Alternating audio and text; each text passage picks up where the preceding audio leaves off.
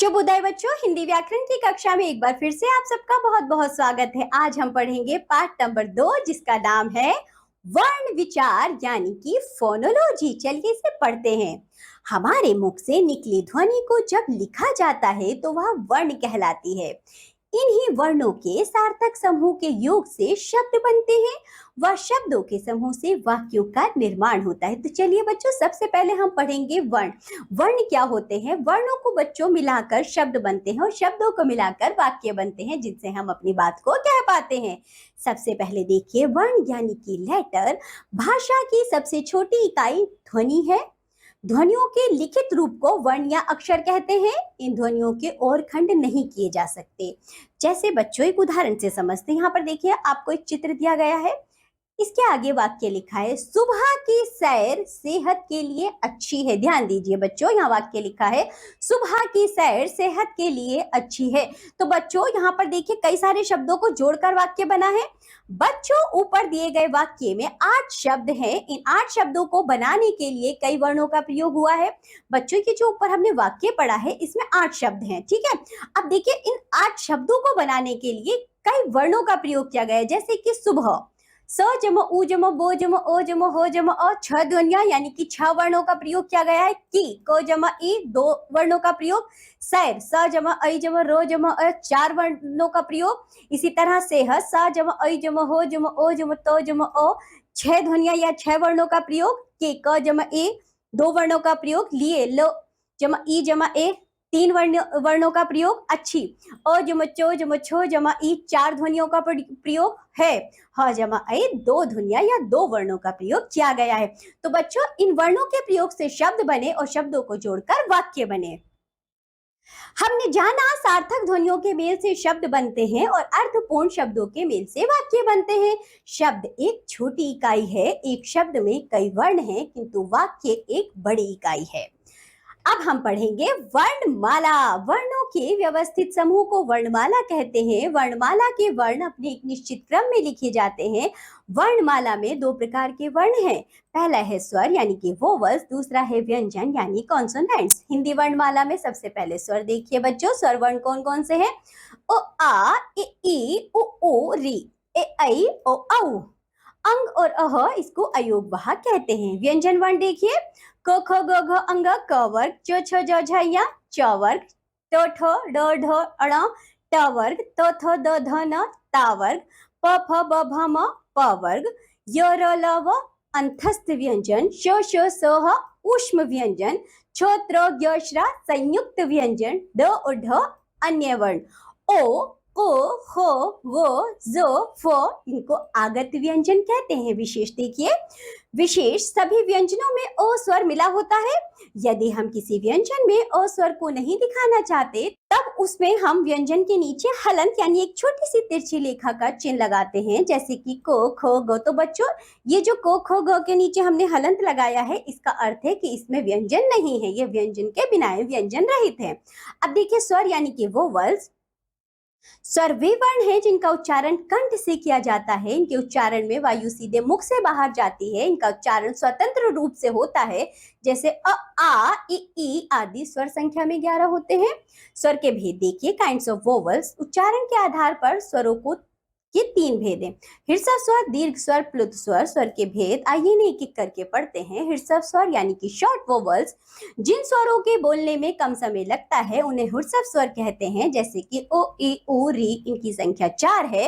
दीर्घ स्वर long vowel, जिन स्वरों के उच्चारण में ह्रस्व स्वर की अपेक्षा अधिक समय लगता है उन्हें दीर्घ स्वर कहते हैं, जैसे आ, ई, उ, ए, ऐ, ओ, औ, इनकी संख्या 7 है।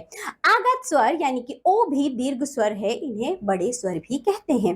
प्लुत स्वर सो लॉन्ग वोवल्स, जिन स्वरों के उच्चारण में ह्रस्व स्वरों के उच्चारण से 3 गुना समय लगता है उन्हें प्लुत स्वर कहते हैं, जैसे कि ओम, इसकी संख्या केवल 1 है।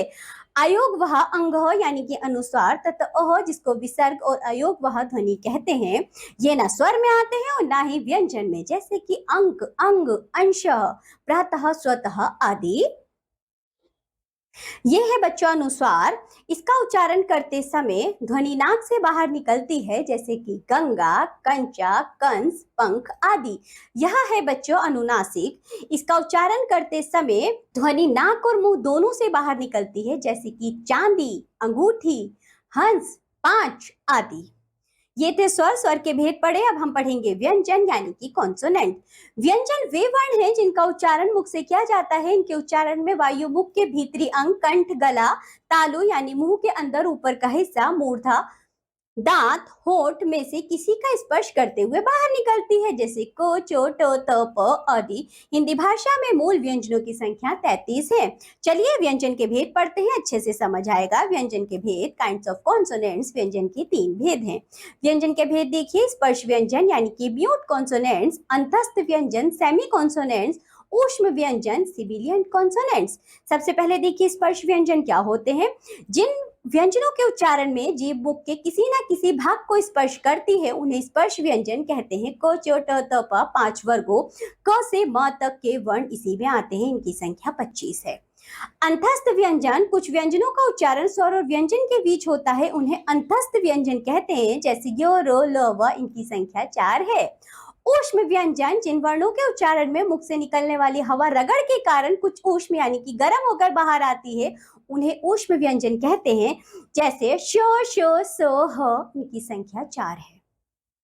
संयुक्त व्यंजन, जब दो या दो से अधिक व्यंजनों का आपस में संयोग होता है तो उन्हें संयुक्त व्यंजन कहते हैं। संयुक्त व्यंजन के प्रकार, दो जुड़े व्यंजन, रूप, आकृति बदलना। दो जुड़े व्यंजन यानी कि जो समान है, दो जुड़े व्यंजन जो अलग अलग है, इन्हें करके पढ़ते हैं। दो जुड़े व्यंजन, रूप यानी आकृति बदलना। Two joint consonant, different shape. Hindi भाषा में 4 संयुक्त व्यंजन हैं, जिनके आपस में मिलने से उनके रूप में, आकृति में परिवर्तन आ जाता है और नया व्यंजन बनता है, जिसे संयुक्ताक्षर कहते हैं। को, जम, शो, जम, ओ, छ, तो, जम, रो, जम, ओ, त्र, जो, जम, इया, जम, ओ, ज्या, शो, जम, रो, जम, अ, श्र, छो, त्र, ज्ञ, श्र। यह बच्चों 4 संयुक्त अक्षर हैं जो दो व्यंजनों के मेल से बनते हैं और एक नया व्यंजन बनता है। उदाहरण देखिए जरा इनका। छ से जैसे पक्षी, कक्षा, त्र से पत्र, त्रिशूल, ज्ञा से ज्ञान, ज्ञानी, श्र से श्रम और श्रमिक। अब देखिए आगत ध्वनियां क्या होती हैं। वे ध्वनियां जो विदेशी भाषाओं में प्रयोग होती हैं, किंतु अब इन ध्वनियों का प्रयोग हिंदी भाषा में भी होने लगा है, आगत ध्वनियां कहलाती हैं, जैसे ओ। यह ध्वनि अंग्रेजी भाषा से आई है। अंग्रेजी भाषा से आए शब्दों में इसे अ के ऊपर चंद्राकार रूप में, बच्चे इसके ऊपर बिंदी नहीं होती है, लगाया जाता है, जैसे कि mall, college, doctor, ball, hockey, call आदि। नुक्ता देखिए क्या होता है। यह ध्वनि अरबी, फारसी, उर्दू भाषा से आई है। इन भाषाओं से आए शब्दों के शुद्ध उच्चारण के लिए उस शब्द के नीचे एक बिंदु लगा दिया जाता है, जिसे नुक्ता कहते हैं, जैसे सफाई, दर्जी, वजीर, फर्क, जमीन, बर्फ, अर्ज आदि। दो जुड़े व्यंजन यानी कि समान, टू जॉइंट कॉन्सोनेंट सेम क्या होते हैं। जब किसी शब्द में एक ही व्यंजन दो बार आता है तो उसे द्वित्व व्यंजन कहते हैं। इसमें पहला व्यंजन स्वर रहित और दूसरा व्यंजन स्वर सहित होता है। देखिए बच्चों, जैसे आपको को व्यंजन दिया है स्वर रहित और को बाद वाला है बच्चों स्वर सहित, जैसे पक्का, मक्का, शक्कर। इसी तरह चो, चो, सच्चा, बच्चा, कच्चा, ब, अब्बा, डिब्बा, गुब्बारा। दो जुड़े व्यंजन अलग अलग, टू जॉइंट कॉन्सोनेंट डिफरेंट। किस तरह, जब किसी व्यंजन में दोनों व्यंजन अलग अलग होते हैं तो पहले व्यंजन को स्पष्ट रहित और दूसरे व्यंजन को स्वर सहित लिखते हैं। बच्चों पहले व्यंजन को स्वर रहित और दूसरे व्यंजन को स्वर सहित लिखते हैं, जैसे को। को ओ के साथ लिखेंगे, क यानी मक्खी, मक्खन।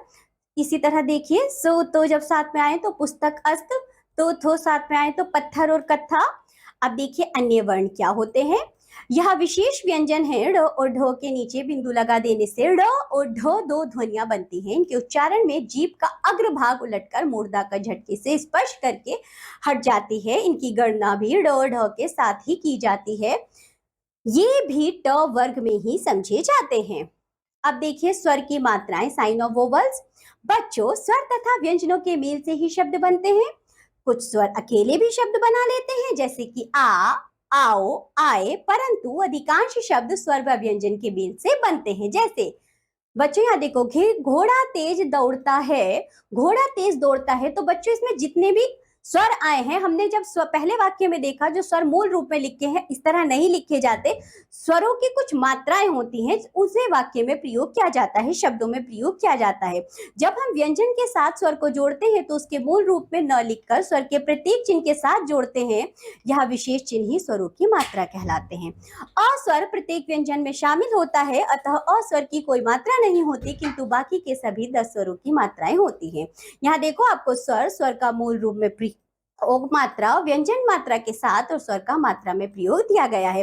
इस तालिका को आप बच्चों स्वयं से पढ़ेंगे। जैसे पहला बताती हूँ मैं, ओ आ की कोई मात्रा नहीं होती। पहला मूल रूप देखिए, अदरक और अजगर, कोई मात्रा नहीं है, को सभी स्वर में है। तो कब और कमल इसी तरह आगे के हैं। विशेष पे ध्यान दीजिए, र में उ और उ की मात्रा र व्यंजन के नीचे न लगाकर उसके पेट में लगाई जाती है। जैसे र जमा उ रुई रुपया, रा जमा उ रूप अमरूद। रा के विभिन्न रूप देखिए कौन कौन से हैं। हिंदी वर्णमाला में र ऐसा व्यंजन है जिसमें मात्रा और स्वर रहित रूप अन्य व्यंजनों से अलग होता है। जैसे र यह स्वतंत्र व्यंजन है। जैसे रो जमा अ जमा म जमा अ राम हुआ, ग जमा अ जमा र जमा अ जमा म जमा आ गरम हुआ। जब र स्वर रहित अर्थात रा होता है तब यह अपने से बाद आने वाले व्यंजन के ऊपर लगता है। इस रूप को रेप कहते हैं। जैसे बच्चों यहाँ देखो, शो जमा अ जमा र जमा म जमा आ शर्म, पो जमा ओ जमा रो जमा वो जमा ओ जमा तो जमा आ पर्वत। अब देखो, र जब पहले कोई खड़ी पाई वाला आधा स्वर रहित व्यंजन हो तो रा स्वर सहित उसके पैर में यानी पदेन रूप में लगता है। जैसे कि पो जमा रो जमा ओ जमा ड़ जमा अ जमा म जमा आ प्रणाम, सो जमा ओ जमा म जमा उ जमा दो जमा र जमा आ समुद्र। गोल घुंडी वाले स्वर रहित व्यंजनों टो और ड के साथ रापदेन रूप में लगाया जाता है। जैसे टो जमा रो जमा ओ जमा को जमा आ ट्रक, डो जमा रो जमा ओ जमा म जमा आ ड्राम। देखा आपने बच्चों, र के कितने सारे रूप हैं। वर्ण संयोजन जॉइनिंग लेटर क्या होता है? मुख से उच्चारित ध्वनि समूह के मेल से शब्द बनते हैं। जैसे उसको बच्चों जॉइनिंग लेटर वर्ण संयोजन कहते हैं। माँ जमा आ जमा ल जमा आ माला हुआ, माँ जमा ई जमा तो जमा रो जमा ओ जमा तो जमा आ मित्रता हुआ। वर्ण विच्छेद यानी कि डिसजॉइनिंग ऑफ लेटर क्या होते हैं? जब किसी शब्द में प्रयोग हुए स्वर तथा व्यंजन को अलग अलग करके लिखा जाता है उसे वर्ण विच्छेद कहते हैं। जैसे पेड़, पा जमा ए जमा ढो जमा आ पेड़, बा जमा ऊ जमा ढो जमा ओ जमा पो जमा आ बुढ़ापा। तो चलिए बच्चों, इसी के साथ ये पाठ होता है हमारा समाप्त। आज हमने पढ़े वर्ण विचार, जिसमें हमने वर्णों पर विचार किया, वर्णों के रूपों को जाना। तो बच्चों आप इस पाठ का अच्छे से अभ्यास करिए। अब हम मिलेंगे आपसे अगली कक्षा में, तब तक के लिए बाय बच्चों।